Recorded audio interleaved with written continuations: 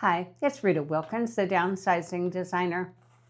Have you ever asked yourself why you keep things or traditions or obligations or expectations that you never liked in the first place? That's something we're going to explore today in this blog and this video because it's a quiet truth that we rarely admit out loud. But there comes a moment in your life. Sometimes it's like late one evening while you're opening a holiday bin, looking through all the ornaments and seeing many that you don't like anymore, of course some that you love. But maybe it's when you're just dusting a shelf and you see a vase that's been there forever and you've really never liked it. But there comes a point where you actually say, I don't like this. I never did. So why am I still keeping it? Why is it still in my home? Why is it still in my life? So this video isn't just about clutter. It's about the emotional weight that these things carry. It's the traditions that we've upheld for a long time, but they've stopped feeling meaningful to us. Or it's the social obligations that we inherited even though we may not have even been asked about them. Or it's the expectations that we've carried from a different time in our lives. So if you're feeling these things, you're not alone.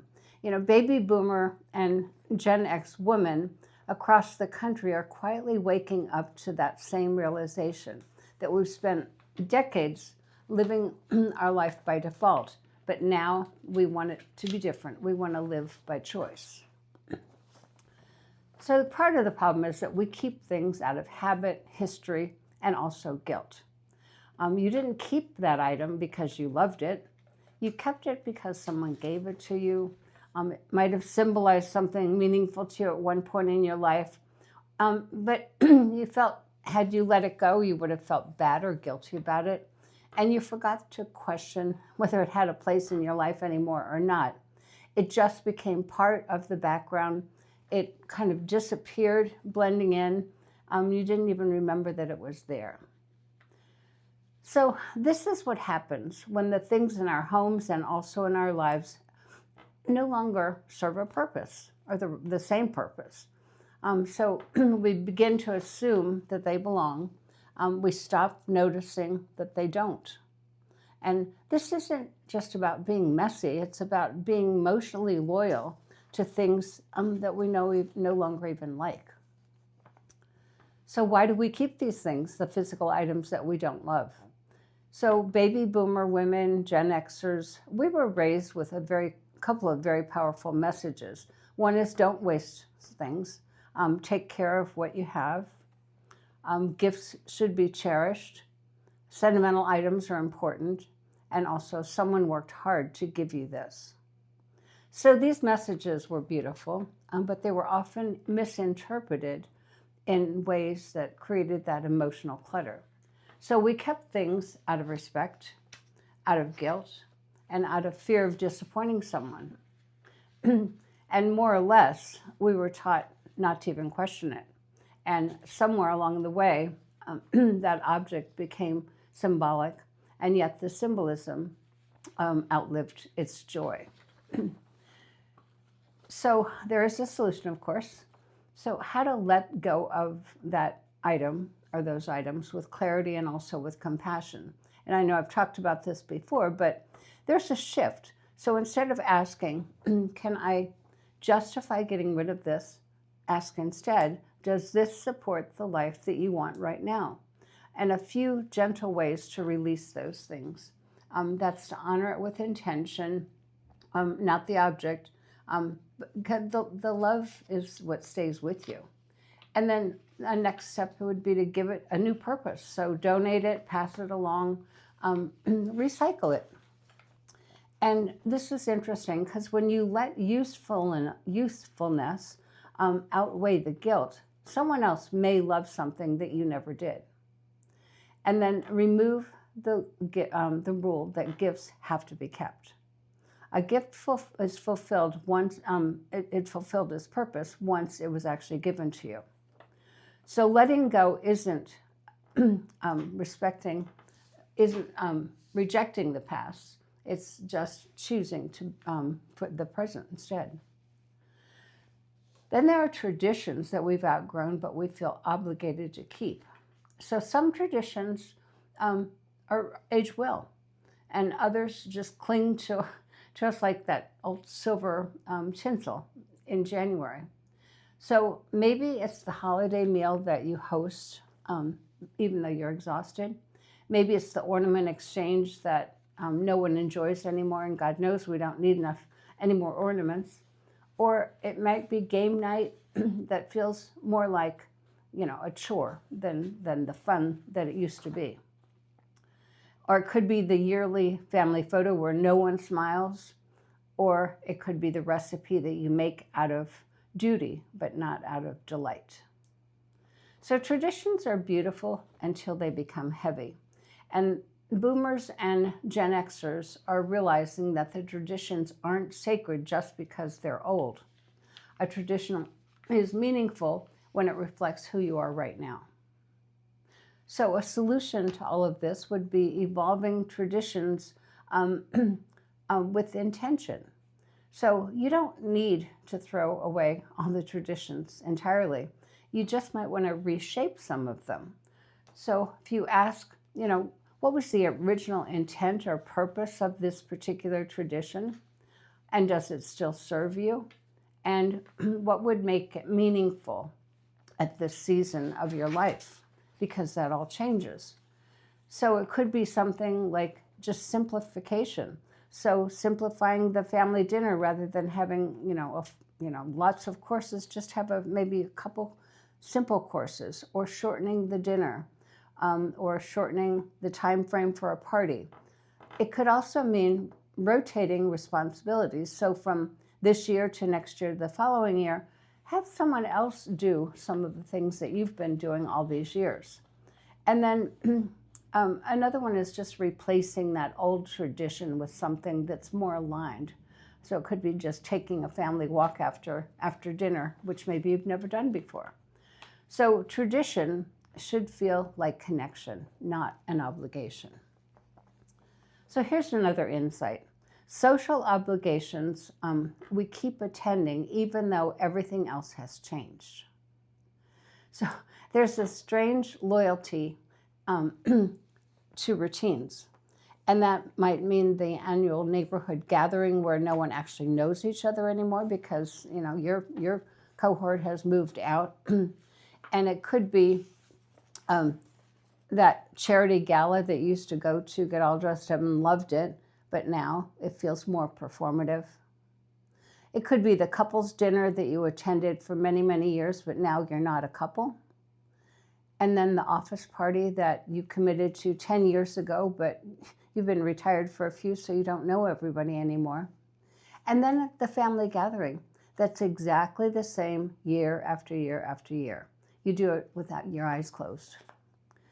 So over the years, people change, you change, and sometimes the event no longer serves who you are. Yet, you keep going, you keep showing up, and it's as if your presence is part of the event's survival. So this is also emotional clutter. There's a solution to this as well, making social engagements a choice again. So it's okay to ask, does this still bring me joy, purpose, and also connection? If the answer is no, then just you don't have to go. You could decline kindly. You could go for a shorter time. You could send good wishes, but then not attend. Or you could create alternative ways to connect with those people. Free yourself from that invisible, forced fun from the past. And that isn't selfish. That's actually honoring yourself. Your time is not renewable. Your energy is not infinite. And you just have to use it wisely. So here's another insight.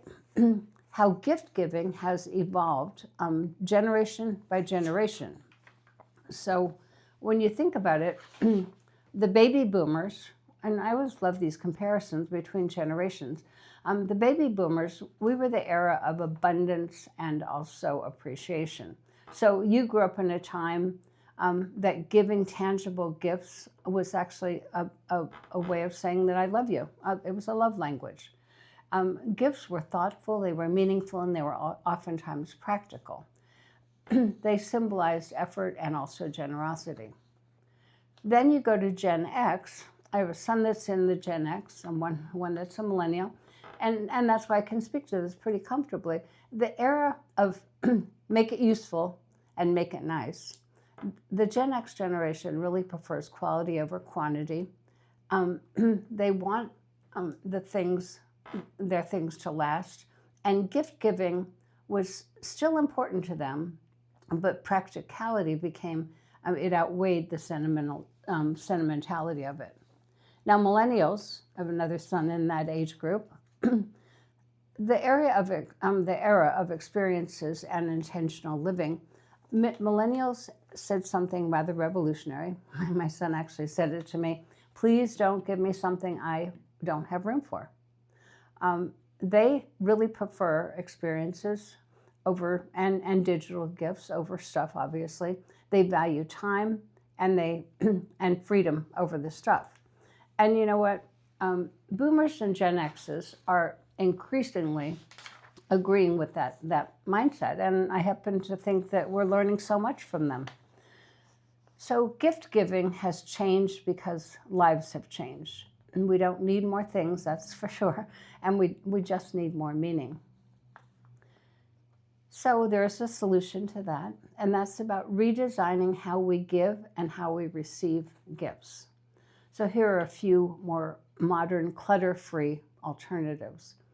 So share experiences. You know, this next week I'm going to be taking my little granddaughter to Nutcracker for the first time. Charity donations. God knows they need help. And, you know, we should be able to support them with our resources. And then consumables, food, flowers, wine, and chocolate.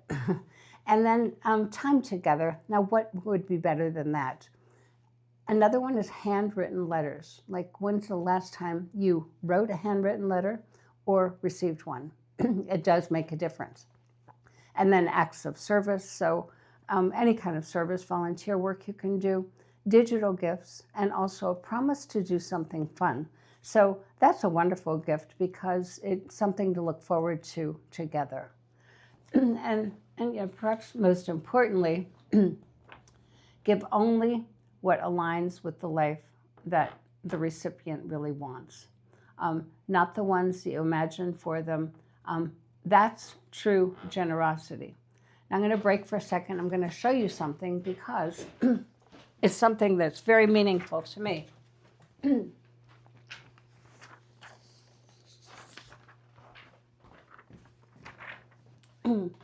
I forgot to get these out before I got on my video.